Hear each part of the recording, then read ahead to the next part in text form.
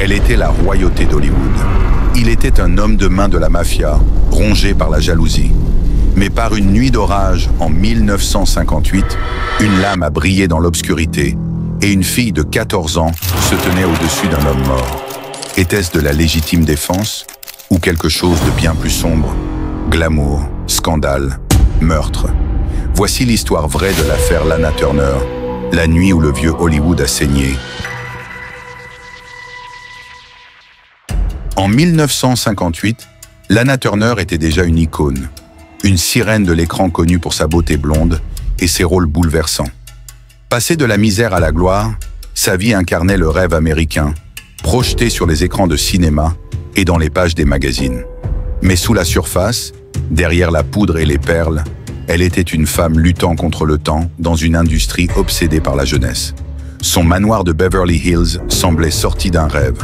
Jardin impeccable, rose blanche parfumant l'air, draps de satin et lustre. Mais les murs étaient minces, et la peur y régnait en silence. Cette peur avait un nom, Johnny Stompanato. Il n'était pas seulement l'amant de Lana, il était un gangster, bras droit du parrain Mickey Cohen. Beau, élégant, dangereux. Johnny était le genre d'homme qui savait vous faire sentir unique jusqu'à ce qu'il décide que vous ne l'étiez plus. Au début, il apportait des diamants et des promesses murmurées.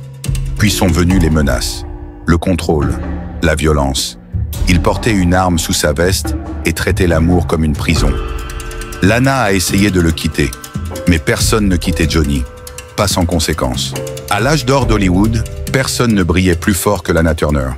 Mais derrière les robes de créateurs et les sourires en champagne, se cachait une histoire plus sombre que n'importe quel film noir. Voici le récit vrai et glaçant de La Cage dorée, un scandale choquant qui a brisé l'illusion du rêve hollywoodien. L'amour est devenu fatal, une fille est devenue meurtrière, et une nuit sanglante est devenue légende. Dans l'ombre du projecteur de Lana se trouvait sa fille, Cheryl Crane, à peine 14 ans. Adolescente rebelle, élevée dans un monde de tapis rouges et de sourires fabriqués, Cheryl avait vu plus que la plupart des adultes. Elle voyait sa mère se rétrécir face à Johnny, voyait les bleus apparaître, écoutait à travers les murs le rêve hollywoodien se transformer en cris et en sanglots. Cheryl détestait Johnny, pas comme une adolescente déteste un beau-père, mais comme un enfant reconnaît le danger. Elle l'avait vu tirer les cheveux de Lana, l'avait entendu l'insulter de putain fini, et pourtant, personne ne faisait rien. Parce qu'à Hollywood, l'image était tout, et les secrets étaient une monnaie d'échange. La nuit du drame, il pleuvait, une pluie fine et silencieuse qui brouillait les vitres comme un filtre de cinéma. Cheryl était dans sa chambre, faisant semblant de lire, chaque nerf en alerte. Des voix, une dispute, puis une gifle, un bruit sourd, le silence, un silence qui hurle. Saisie d'angoisse, Cheryl descend à la cuisine. Ses doigts saisissent un couteau à découper, 15 cm d'acier froid, manche ivoire. Elle ne savait pas ce qu'elle allait faire. Elle savait seulement qu'elle devait faire quelque chose. Pieds nus, elle gravit les escaliers, le cœur battant. Elle entend la voix de sa mère. « Tu ne me toucheras plus jamais ». Puis celle de Johnny, basse et fatale. « Si je ne peux pas t'avoir, personne ne t'aura ». Cheryl ouvre la porte. Ce qui suit dure quelques secondes, mais reste gravé dans l'histoire. Johnny se tourne. La voit. Il s'avance. Elle lève le couteau. Elle frappe. La lame entre, vers le haut, dans le ventre. Une frappe parfaite, involontaire. L'aorte se rompt. Il halète. Le sang jaillit, écarlate sur sa chemise. Il chancelle, puis tombe, la face contre le tapis.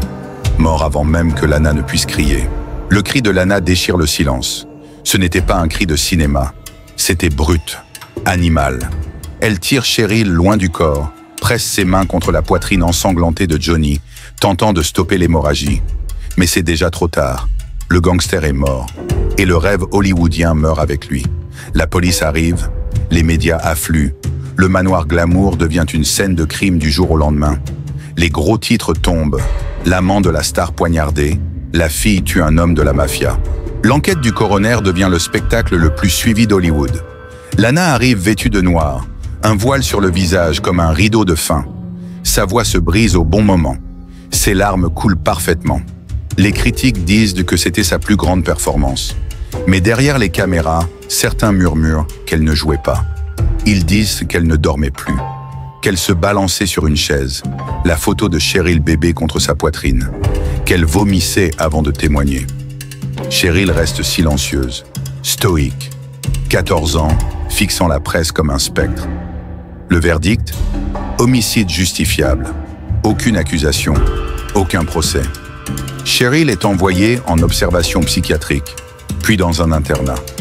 Mais les blessures sont plus profondes que celles de la lame. Lana Turner ne s'en remettra jamais complètement. En 1959, elle joue dans Imitation of Life, une mère prête à tout sacrifier pour son enfant. Les critiques murmurent que c'était trop proche de la réalité. Certains disent que ce n'était pas du jeu, c'était une confession. Des décennies plus tard, Cheryl Crane brise le silence. Dans ses mémoires, elle écrit « Cette nuit-là a mis fin à mon enfance. Je n'ai pas tué un homme, j'ai tué un monstre. » Mais les rumeurs ne meurent jamais. Lana savait-elle ce que Cheryl ferait? L'a-t-elle laissé faire? Était-ce prémédité? Hollywood n'a jamais répondu. Il a juste avancé. Mais les ombres, elles, sont restées.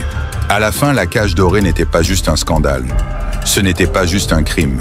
C'était un conte gothique, trempé de sang et de velours, où la demoiselle s'est sauvée elle-même, en transmettant la lame à sa fille.